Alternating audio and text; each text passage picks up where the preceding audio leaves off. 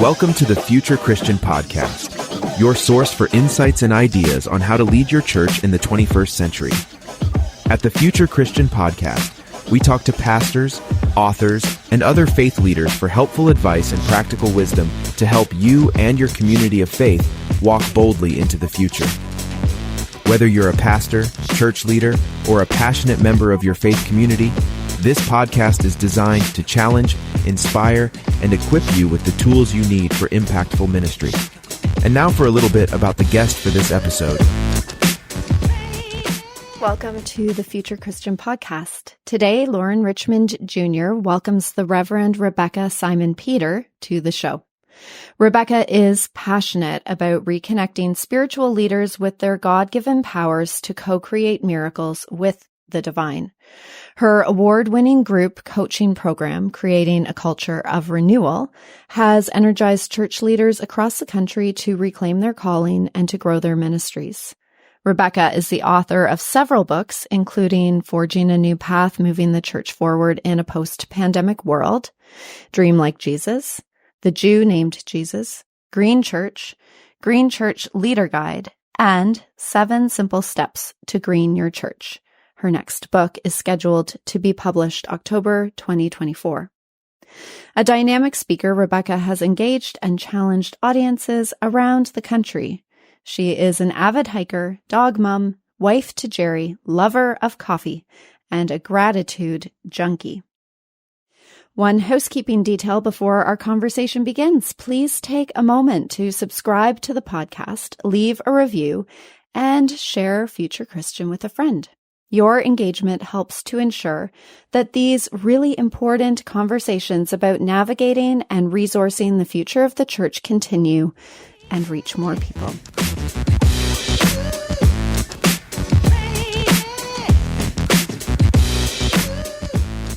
Welcome to the Future Christian Podcast. This is Loren Richmond. Today I am pleased to be joined by the Reverend Rebekah Simon-Peter. Thank you so much for being here. Thank you, Loren. It's a pleasure to be here today. Glad to have this conversation. Share, if you would, anything else you'd like listeners to know about yourself and a little bit about your background and faith journey. Oh, gosh. How much time do we have? So I was born and raised Jewish in an interfaith home, and a Jewish mom who actually just passed away. So we're observing some Jewish traditions that are really lovely around grieving and supporting one another. And then a Catholic dad. And so I grew up kind of already in an interdenominational world, except my dad was already a lapsed Catholic. So my mom and dad had decided to raise us in one faith tradition, and they decided on Catholic. But then my mom realized my dad wasn't even going to church, so they switched over to Jewish. So all of us kids were raised in the Jewish faith, except my 2 older brothers who had actually already been baptized. So I think it's so funny that I'm the one that actually had a call into the ministry and a relationship with Jesus, but I was not baptized. We were all raised Reform. I was really into it. I loved being Jewish. I loved all the traditions and everything. And then I had a big God experience, which moved me into the Orthodox Jewish world, where I was for 6 years. And then I had a Jesus experience, which moved me into being a friend and then follower of Jesus, where I've been for the last 30-odd years. So I have quite the faith journey, and my name is actually part of that. Yeah, I was going to ask you about that. Yeah, Simon-Peter. People wonder, well, are you Simon and you married a Peter? Well, actually, when I had this big experience, a vision of Jesus, a waking vision of Jesus, very Jewish Jesus, which is the only thing that would have gotten my attention, a friend of mine said, well, Jesus was Jewish. It was like, yeah. She said, well, all the disciples were Jewish. And I was like, what's a disciple? She said, oh, you've never read the New Testament. I said, it's not my book. She said, I'm going to get you a copy. And I thought, well, I'm not going to read it. She got me a copy. I didn't read it at the time, but I did go to seminary. And while I was in seminary, I had what we call the call to ministry. And as a part of that, I did feel such a shift within me that I thought the old name doesn't even work anymore. Interesting. So God kind of started to whisper a new name to me.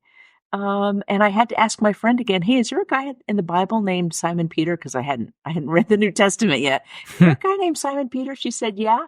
I said, is he a good guy or bad guy? Because I know how the Bible goes, right? Is he a good guy or bad guy? She said, well, he's a pretty good guy. Well, Yeah, that was the mostly name, good. right? That was the name that God was kind of whispering to me. And so I ended up changing my whole name to be this reflection of, a Jewish person who follows Jesus. Simon was, a Jew who followed Jesus. In the process, Jesus changed his name. So I thought that's just a perfect symbol for me of the journey that I've been on. So that's where the name comes from. Yeah, thank you for sharing that deep personal story. Thank you again for your time as you're continuing to grieve the loss of your mother. And thank you just for, what an interesting story. Appreciate you sharing that. I'm curious, as you reflect on that, how is your being raised in the Jewish faith, if I can ask this, informed your practice of Christianity today? Yeah. Well, I'll tell you, it's given me such a deep appreciation for Jesus. In many circles, because of bad history in the Christian church, and I mean centuries ago, that Right. history of anti-Semitism, it's just really helped me see Jesus from a new perspective and bring that new perspective to churches like, even this business of touching the hem of his garment. Most people think, oh, well, the guy wore a long thing and he had a hem and you reach out, you touch the hem. But really, when you look at it, Jesus was wearing fringes, which is traditional Jewish prayer shawl. It was more of a garment in those days. And so what she was doing is she was reaching out and touching his tzitzit. Those are the knots and the fringes that each one is representative of one of the 613 mitzvot or commandments found in the Hebrew Bible.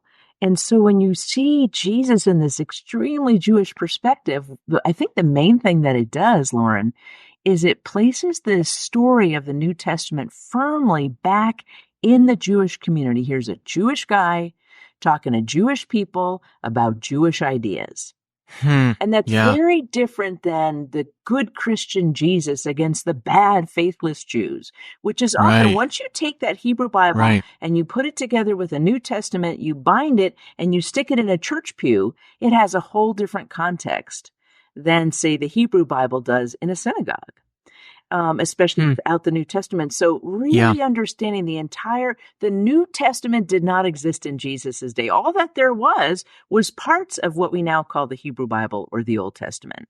So when, who is it? One of the New Testament guys, sorry, I can't remember his name, says, all of this is good for instruction. He's referring to the Bible. All of this is good for instruction. He's not talking about the New Testament. He's talking about the Hebrew Bible. Right. So when we see it's a Jewish prophet talking to Jewish people about Jewish ideas, it just changes the whole thing. Now, it's been read, it's been interpreted, there's layers, there's glosses, there's droshes, there's revisions, there's rescissions, there's all of that happens in a text over the centuries that shift it. But I do think it makes an extremely interesting and sort of more organic kind of piece when we see it in its original context. I can't help but think that you mentioned, like, when you went to seminary, you hadn't read the New Testament yet. It kind of brings to mind, probably folks wouldn't say, like, officially they'd never read the Old Testament. Probably. But there is kind of that weightedness in many traditional seminaries where, like, the only thing that really matters is the New Testament, right? And like the Old Testament, you might as well not have read it, right? Yeah, in part because replacement theology is so prevalent. And in my book, I know we're not talking about this book, but in my book, The Jew Named Jesus, A Jew Named Jesus, I just really take on a lot of that revisionism that's been there in Christian history and try to get us back to originals, original looking at things. And my book came out right around the same time as Amy Jill Levine's. I probably shouldn't mention Amy Jill Levine in the same interview here, but I sort of think of my stuff as Amy Jill Levine light, like, for people who kind of just want to get the gist of it. She does a beautiful job of going in depth on so many levels. She makes a powerful case with a strong foundation. I look to my own experiences and my own history and my own studies and learning to write the book that I wrote, but it came out right around the same time. So it's interesting that was sort of this opening, in the Christian world to take a look at this. Yeah. Well, I'm sure the Christian faith could use a more accessible, for as brilliant as Amy Jo Levine is. I'm not sure how much her work is always accessible, right, to the average pew sitter. She's brilliant and fabulous. I've met her. I like her. And even I had a bit of a hard time, working through all the Hebrew that was in the book. Yeah. Yeah. Well, speaking of books, we're here to talk somewhat about another book of Rebekah's called Forging a New Path, Moving the Church Forward in a Post-Pandemic World. So before we get too much into that, kind of what interested me when I was introduced to Rebekah was just kind of about her work in the church revitalization space. So I want to just share if you would broadly about that work and kind of what inspires you to want to help churches. Yeah. When I went to seminary, right, way back when I went to seminary, got the call to ministry, started off in local church. I served 3 local churches. I'm in the United Methodist world. I served a beautiful primarily black church, a large sort of suburban, sort of corporate feeling church, and then a smaller rural-ish Wyoming church. So those are the 3 spaces that I served in. And in every place I served, I loved the people. They loved God. It was clear. And at the same time, I sort of felt like I was raring to go and they were sort of holding back. And I thought, is it the difference between an adult, sort of conversion experience and being raised in the faith? At the time, I thought it was. I didn't understand that later there were some simple personality differences. And so I did a lot of pushing and pulling and trying to get people to do what I thought we were supposed to be doing. And in the end, I thought, I could give 24/7.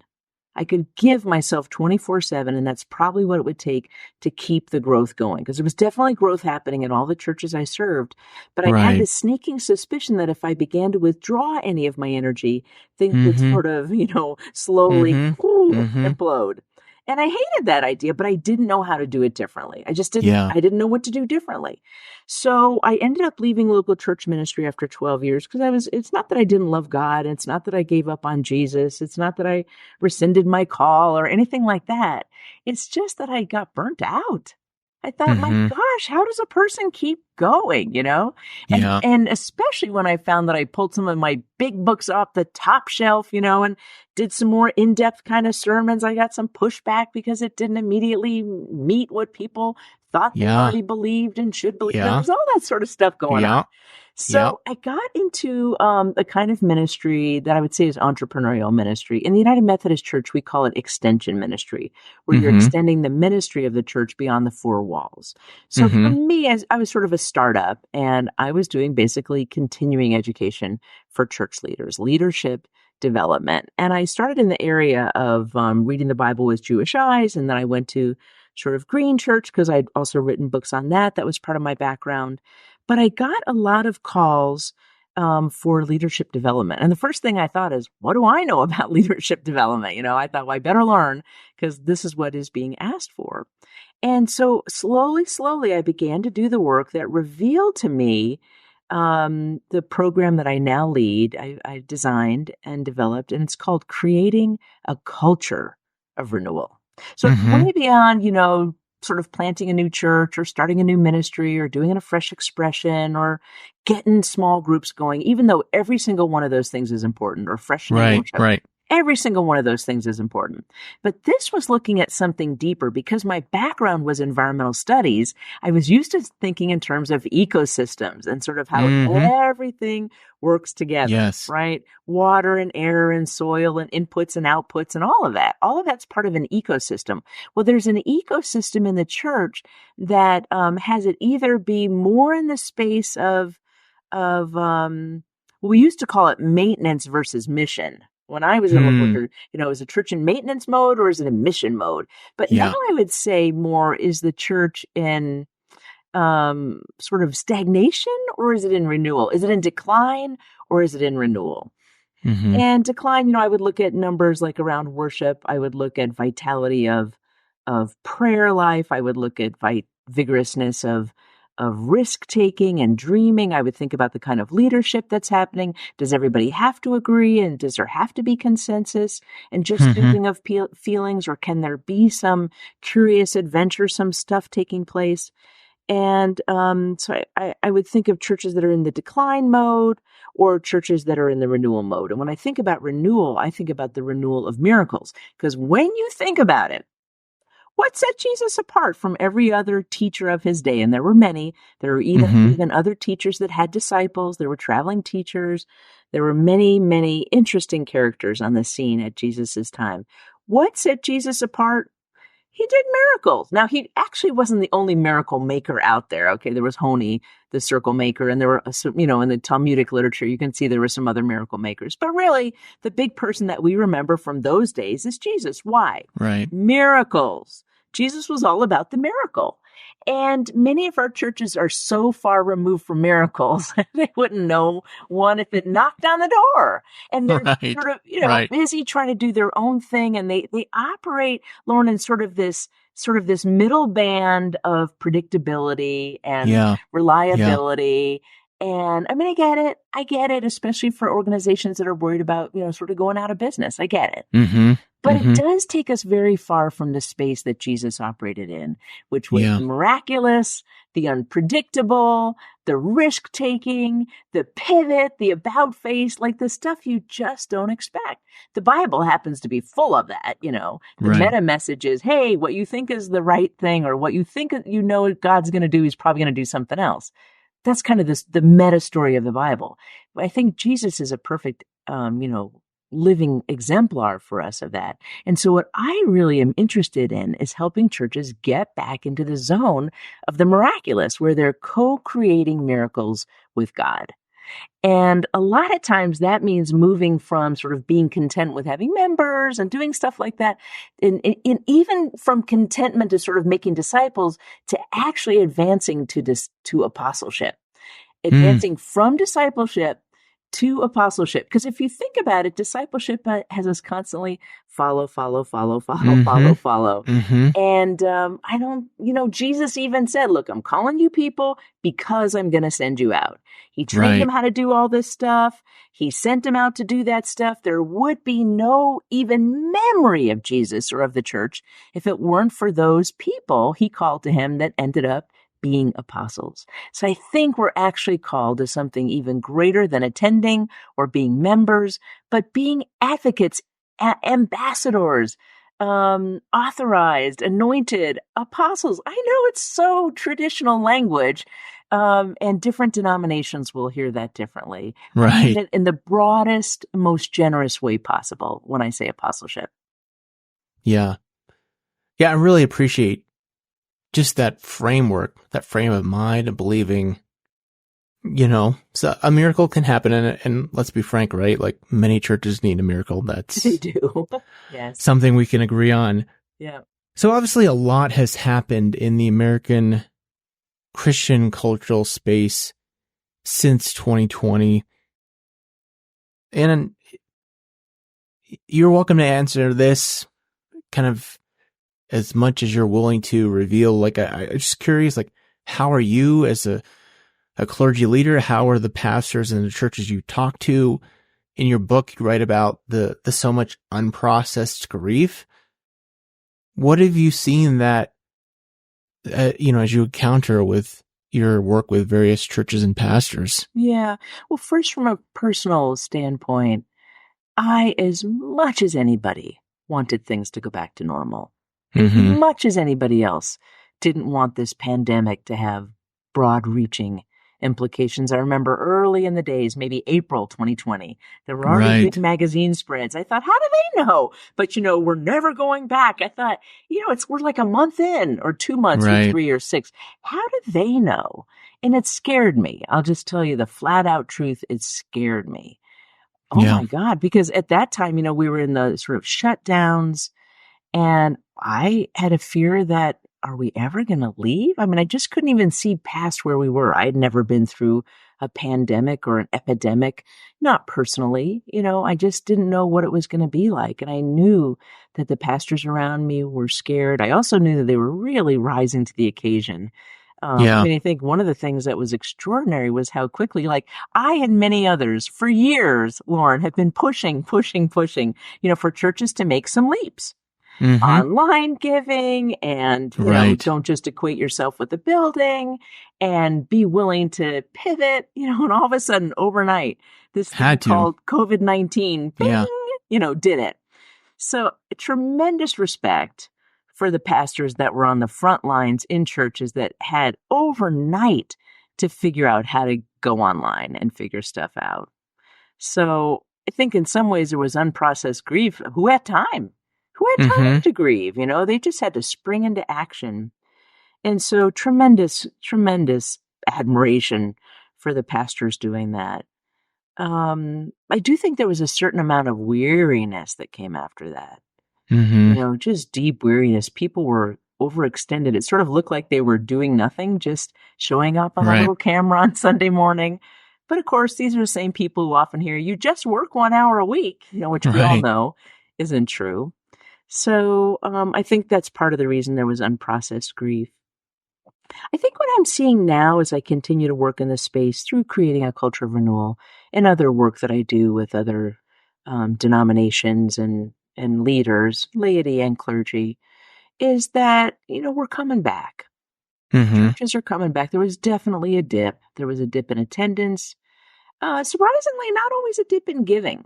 I think giving stayed pretty steady. Did you? Yeah, the data has shown that.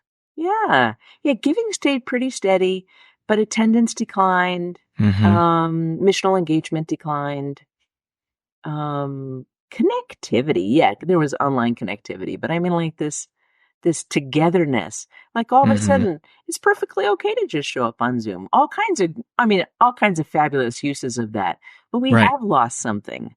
Of, this togetherness where you can touching shoulders, touching the hem of a garment. I mean, imagine that online,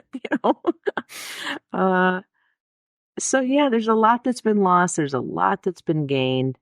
And I'm sensing in the United Methodist and in other parts of the mainline world that there's now this readiness to get going again. Okay, let's have a vision. We're ready. I hope the next step. I hope you're right. Boy, oh boy, I hope you're right.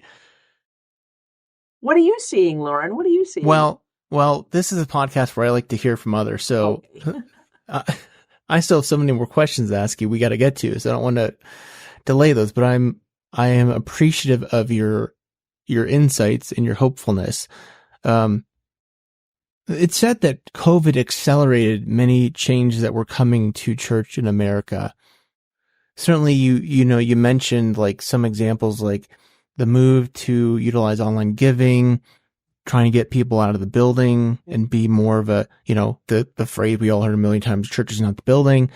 Certainly utilizing more this kind of thing, telecommunications tools for meetings. Not always does every meeting have to take place around a table at the church. What are some other examples that you've seen of accelerated change coming to churches? Yeah. Well, Loren, I think one of the toughest things that COVID brought to us, accelerated in change, was the decline in worship. And it was already happening. In my book, Forging a New Path, I write about the 3 questions people are asking. When do things go back to normal? How do we get people to church or back to church? And how do we do more with less? And the truth is, 2019, we were already wondering those same things. How do we, when do we get back to the way it used to be? How do we get people back to church, and how do we do more with less? We were already asking those questions. We were asking those questions in 2015 and 2020 and in 2000. Okay, there was a little bump after 2001. Right. That went away. And then we were wondering, how do we get back? How do we get back? Sort of always remembering the good old days. And so I think it did accelerate people's departure from the church and their evaluation. Is this really serving me? Does this have what I need? And honestly, I think, and I write about this in the book, Loren, about the spiritual but not religious. And, the big exodus from the church, if you read the Pew Studies or any of those other folks that are tracking religious life in America and beyond, the spiritual but not religious are a big component. Yeah. And the nuns, Nones, not Nuns, Right. but the nuns and the duns, that's just a big part. People have been leaving church because there's something missing from church, or they're just not finding what they're looking for there. And I think that kind of sped it up. Yeah. Well, let's come back to that spiritual growth component. You used the phrase and talked about this obviously in the book, the question of how to do more with less. From my perceptions of really where the American church, and I hate to use this word, industry is going, it seems like the middle-sized church is really going to struggle the most because when we think about a mega church or really big church just really has, again, to use an economic term, economies of scale to make things, they're often run kind of like the word you use, like a mini corporation often. And then in the contrast, a really small, really tiny church can often be sustained by a couple, 3 families who are just really committed to it. Yeah. Whereas what used to be kind of the classic 150 size church, to me at least, seems to be like the most vulnerable because of declines in giving, declines in participation, and then just not having, if they're trying to compete with the behemoth churches, they just don't have the resources to compete with a big musical production or children's programming or what name you. So many churches are facing this real how to do more with less challenge. What have you offered churches of that medium variety? Yeah, the medium range. Yeah, the medium. This is true in women's clothing too. Those sizes, they're not really, you can't really count on the sizes you grew up with because now, anyway, that's a whole other story. But it used to be that the medium-sized church was what? 350, maybe even close to 500, like 100 to 500. And then, below that was small. Mm-hmm. Well, now those churches are shrinking, and you're right. They're shrinking down into that category that we think of as small churches. And you're right. A couple of families, several committees or interest groups, can really sustain a church like that. I've really chosen to think about what we can learn from the spiritual but not religious. Because after all, they are the people that were in the churches that left. So it's almost like we never did the exit interview. Yeah. Yeah. And so what was really missing for people? And I write in the book, there are a lot of people who say, gosh, I don't know what I would do without church. And sometimes it's meant to be a dig at the people who've left church. How do they get by without a church? Well, many ways they're getting by just fine because they found other forms of community. Right. But what can we learn from the spiritual but not religious? I think there's so much we can learn, which is primarily we can bring more spirituality into our churches. Mm-hmm. I'm all for religion. I'm all for that binding together of community. But what if that was simply the way we gather, some of the traditions, like right now, my family, is honoring Jewish mourning traditions. Mm-hmm. And it's bringing our family together in some amazing ways. Do we all believe the same? Nope. Do we all even believe in God? No. Do we all have spirituality? No. But we've got this religion and these practices that are actually holding us together long enough that I can see it happening in my family members. There's some spirituality happening. There's some God awakening moments that are happening. So let's have religion be what religion is, this powerful, beautiful container for us. Let's not give up our traditions. We can tweak, of course, but let's have the traditions we have. Now, within those traditions, what is it we're actually lifting up and surfacing? Well, what about spirituality? What about that? I'm not saying we give up mission. I'm not saying we give up helping people, but why not fill people? Why not give people the opportunity to deeply connect with a power greater than themselves? Yeah. Why not give people the chance to have that one-on-one? The Bible is a record of people's spiritual encounters with God and then what happened as a result. But we now read the Bible as a series of morality tales. Do, don't, extra, extra, Right, do, right. extra, extra, don't, right? Yep. That's how we read it. But what if we peeled away that layer and got back into, oh, here's a series of encounters with God, and here's how people responded and grew spiritually and what they did. So I'm all about helping people really deepen the spiritual power of their churches. And that's individual spirituality, that's communal spirituality, and then there's visionary spirituality. So this is the good stuff I came up with after I wrote the book. But, individual spirituality, like, I matter, and each of us can have that deep connection. Communal spirituality, where the church itself is a spiritual community and we grow spiritually. We're safe to talk about our spirituality. We're safe to grow in it together. And then visionary spirituality is where, we take this beautiful spiritual connection we have and we envision how can we bless the world with it. Yes. Not so much from we have, you don't, we're going to save you. A lot of times that's where mission comes from, but from this deep spirituality that inhabits all of us. What can we share? How can we let our spirituality expand beyond us? Yes, what I really appreciate that is, and I'm convinced that, and this is, I'm in debt to the work of theologian Andrew Root on this, but I'm convinced that really what's lacking in so many churches is, like you said, a spirituality, this idea that, like, we come here to find God, because this is my opinion, and you can push back or disagree if you think so, but I think we can find community in so many other spaces. We can find connection, we can find friendships, we can frankly find social justice movements in other spaces. I'm of the opinion, at least, that I come to church because, especially in our modern world where it can be so hard to find and recognize God's presence, to me, at least, church is a place where I know it can go, hear the testimony, like you said, of other people connecting with God, be in a place where I know people have connected with God, and be around people who may be experiencing God presence in the moment, right? Yeah. I totally agree with you, Loren. No pushback here.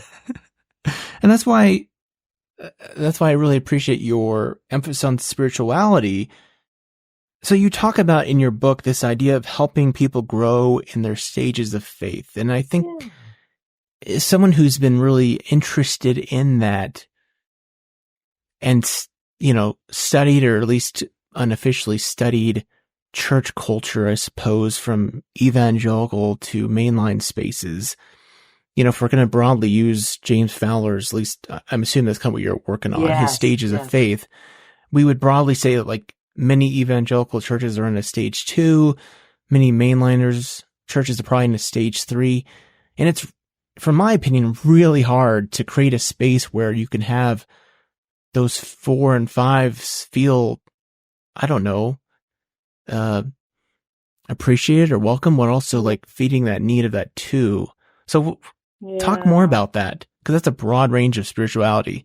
Yeah. So James Fowler is who we're talking about. He's got, 5 stages. The first stage is fantasy and reality. That's sort of preschoolers. Second stage is school-age children beginning to understand logic, but they're still thinking about things very literally. Jonah, belly of the whale, right? Yeah. And then the third stage, synthetic, conventional, teenage years, this is where people begin to develop, their all-encompassing belief systems. And they synthesize what they know from school and their friends and their family and, work if they're working. And they're starting to unconsciously form their belief systems. And they're unaware that they actually have a system and that other people have other systems or other experiences. And their belief system provides a sense of stability and identity and belonging. And it's important. And trust is placed in individuals or groups that best represent their belief system. And a lot of people stay in that stage, like you said, throughout their lives. Well, Fowler's fourth stage, he calls that individuative or reflective. And that can begin to unfold as early as young adulthood. But what happens here is awareness starts to expand, And the realization begins to dawn on a person, hey, the way I look at things is sort of one way among many. And so there sort of starts to be critical exploration of their own system, sometimes disillusionment with their beliefs. Probably And the deconstruction that's so popular, right? Deconstruction, yeah. They become disenchanted. They swing to the opposite side. I think that's what happened for my dad, actually. Yeah. Because, he was raised in, this third stage kind of thing. And he began to think, well, Jesus isn't thinking about every one of my thoughts. And how could God and blah, blah, blah. And he swung the other side. Now, my dad and I have had a number of conversations, and he's actually identified as spiritual. And it's like, whoa, what a big thing for my dad. He's 88. Okay. So spiritual, but not religious is sort of when he remembers that's how he identifies. And so what happens is stage 3 people think that stage 4 people have become backsliders when actually they're really moving forward. And then the 5th stage, just to give an overview for Fowler, it's called the conjunctive faith. It's sort of midlife. And the limits of logic are acknowledged, the paradoxes of life are accepted and integrated. And at this point, a person could actually return to the stories of their faith, not have to take them literally, hold science and scripture and spirituality all together, and sort of, what we call live in the mystery of it all. Like relate to the parts they relate to, don't get hung up on the parts they don't get hung up on, and they don't have to be an either or. Now, stage 6, that's sort of Dalai Lama, Jesus, right. Mother Teresa, Rabbi Zalman Schachter Shalom. There are people, right? And you've heard it said that the people sort of at the pinnacle, they all relate to each other, regardless of the faith tradition they've come out of, much more to each other than any of the rest of us plebeians, right?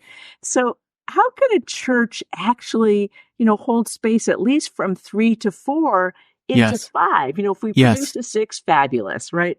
But, 3 into 4, 5, I think it's if we adopt the metaphor or the symbol or the concept or the vehicle of spiritual journey.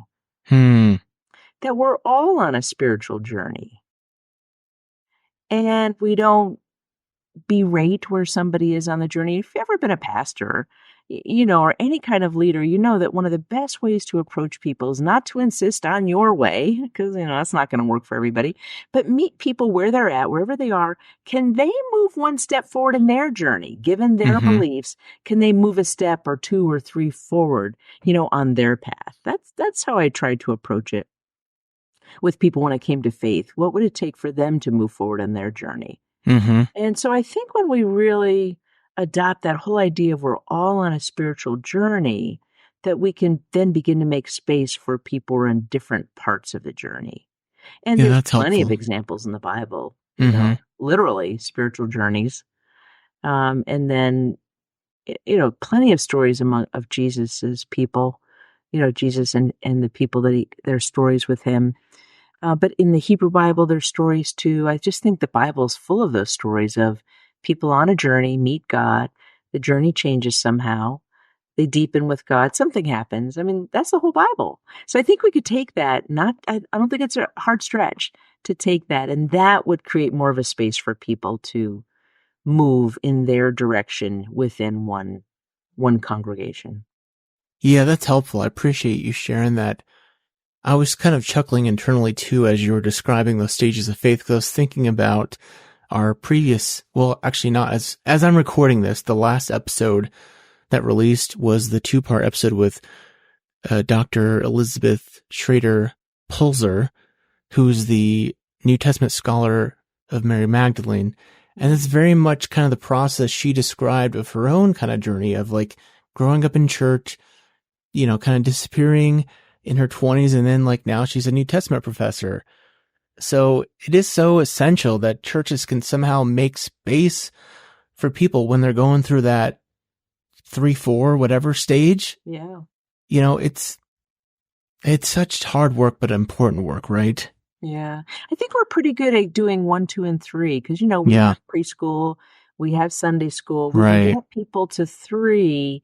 I think we just haven't thought too much about how do you help people navigate 4 and get to 5. But I bet a lot of pastors are in 5. where they've done the wrestling and they're sort of in this place of science and scripture, faith and tradition and science and life and, you know what I mean? Like sort of holding it all. We kind of have to.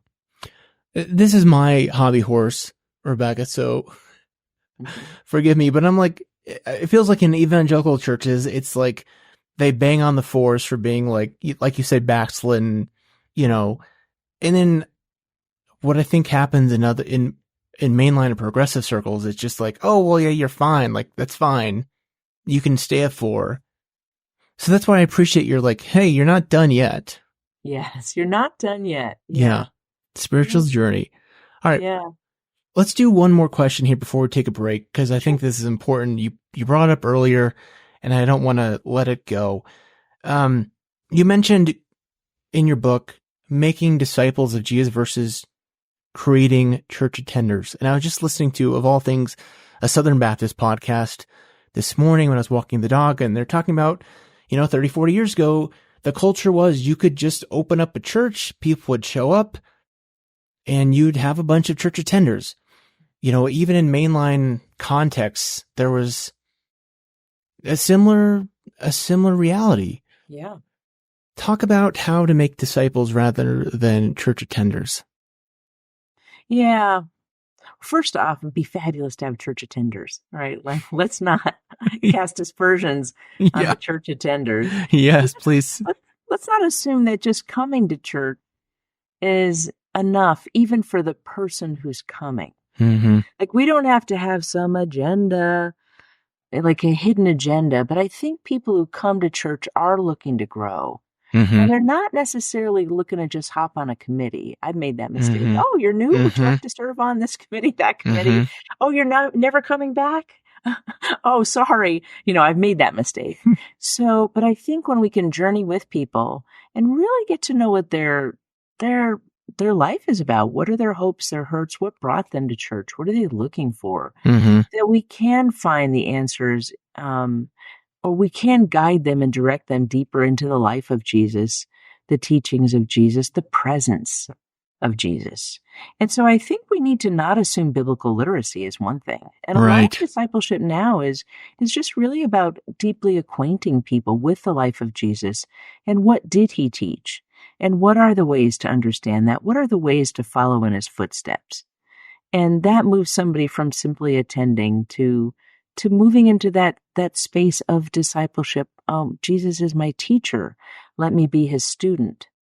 And then as I hinted at before, Loren, I think that to truly follow Jesus and to emulate him then is to understand that Jesus is interested in sending people out who have agency, who have freely accepted the authority that he grants and the miracle making that he offers, and that we become partners with him in being active agents of good stuff in the world, and that we can be part of the solution in so many ways. And I'm not even presuming that I know what the solution is, if only we had more of this or more of that. Right. But what if it was just about love and acceptance? What if it was even as simple as that? So I do think there's people who come, wonderful. We, come, please join us in church. Then getting deeper into the teachings, understanding the teachings and the ethos and Jesus's way of being. And then don't forget that part where Jesus then took those people and authorized and taught them to go out. And so part of that going out was deepening their spirituality, not only having the faith of a disciple, but beginning to have the faith of an apostle. And what does that actually mean? And that's actually my next book that's coming out. All right. It's going to be about that. So anyway. Well, plenty to tease there. We've only dived into just a little bit about Rebekah's work. Again, this book we've been hinting around is Forging a New Path, Moving the Church Forward in a Post-Pandemic World. She's obviously got other books she's written, one coming here in the pipeline. We'll make sure we have links to all that in the show notes. But for right now, let's take a quick break and we'll come back with some closing questions. All right, we're back with Reverend Rebekah Simon-Peter and enjoyed the conversation. So closing questions, you're welcome to take these as seriously or not as you'd like to. First question, if you're Pope for a day, what might that day look like for you? Oh, my goodness. It would mean the first female Jewish Christian, woo, became Pope. If I were Pope for a day, that's like if I were Queen for a day. Yes. Oh. Let's circle back around. I feel like this is sort of one of those shows where I don't have the answer right away. Sure. Yeah, that's fine. A theologian or historical Christian figure you'd want to meet or bring back to life? I always think about Martin Luther King Jr. and what a firebrand that guy was and what it would be like to be in his presence for a bit. But I also think about some of the earlier mystics like Teresa of Avila. Oh, just to hang out with her. What would that have been like? Catherine Kuhlman, a Pentecostal female pastor from about, 80 years ago, who performed miracles. She was a Pentecostal. I studied her a little bit when I was early in my Christian journey. I'd love to know more about her. What was actually going on for her? How'd she do that stuff? So those are some of the people I'm interested in. Yeah, related. I've been reading, it seems like Amy Simple McPherson keeps coming up, and wow, what a figure she was. Holy smokes. Yeah, she was another person I studied. So interesting. Yeah. What do you think history will remember from our current time and place? Politics. Yes. The politics. I think in many ways, churches will be seen as a corollary or subsidiary of the political scene, not as the leading light. Doesn't mean we're not doing very good work. I'm just saying there are very big issues at play here. And how will we participate? Well, we need another podcast for that. Yeah.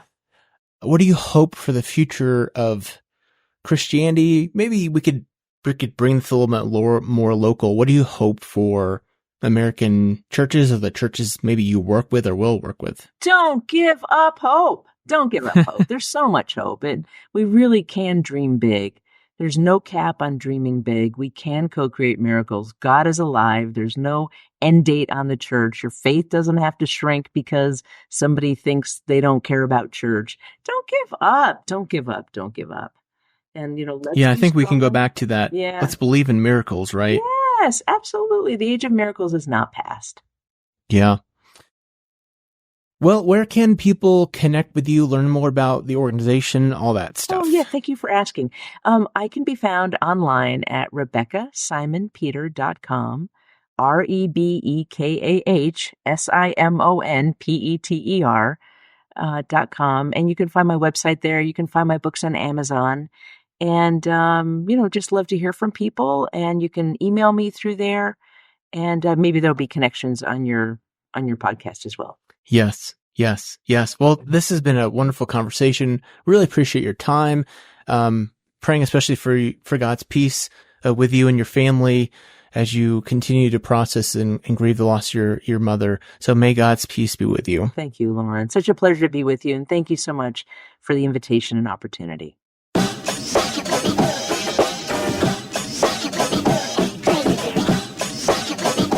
Thanks for joining us on the Future Christian Podcast. The Future Christian Podcast is produced by Resonate Media. We love to hear from our listeners with questions, comments, and ideas for future episodes. Visit our website at future-christian.com and find the Connect with Us form at the bottom of the page to get in touch with Martha or Loren. But before you go, do us a favor. Subscribe to the pod to leave a review. It really helps us get this out to more people. Thanks, and go in peace.